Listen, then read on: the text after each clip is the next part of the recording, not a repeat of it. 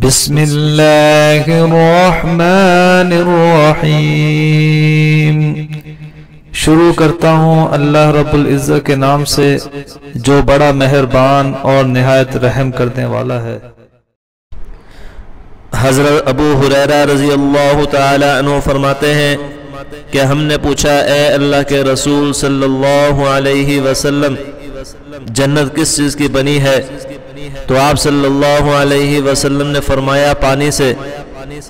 ہم نے عرض کیا ہمیں اس کی عمارت کے بارے میں بتلائیے۔ تو آپ صلی اللہ علیہ وسلم نے فرمایا جنت کی ایک اینٹ سونے کی اور ایک چاندی کی ہے اور گارا کستوری کا ہے اور اس کی مٹی زعفران اور سنگریزے موتی اور یاقوت کے ہیں۔ جو کوئی اس میں داخل ہوگا ہمیشہ کے لیے نعمتوں میں ہوگا، کبھی تنگی نہ ہوگی، نہ اس پر موت طاری ہوگی، نہ اس کے کپڑے پرانے ہوں گے اور نہ اس کی جوانی ڈھلی ہوگی۔ پھر فرمایا تین شخص ایسے ہیں کہ جن کی دعا کبھی رد نہیں ہوتی۔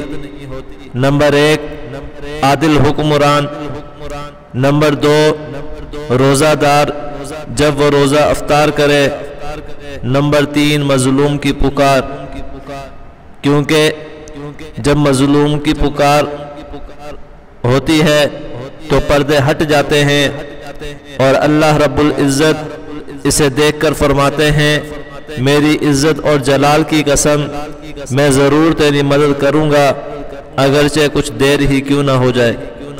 دعا فرمائے اللہ رب العزت سے کہ اللہ رب العزت ہمیں ان احادیث مبارکہ پر عمل کرنے کی توفیق عطا فرمائے۔ آمین ثم آمین۔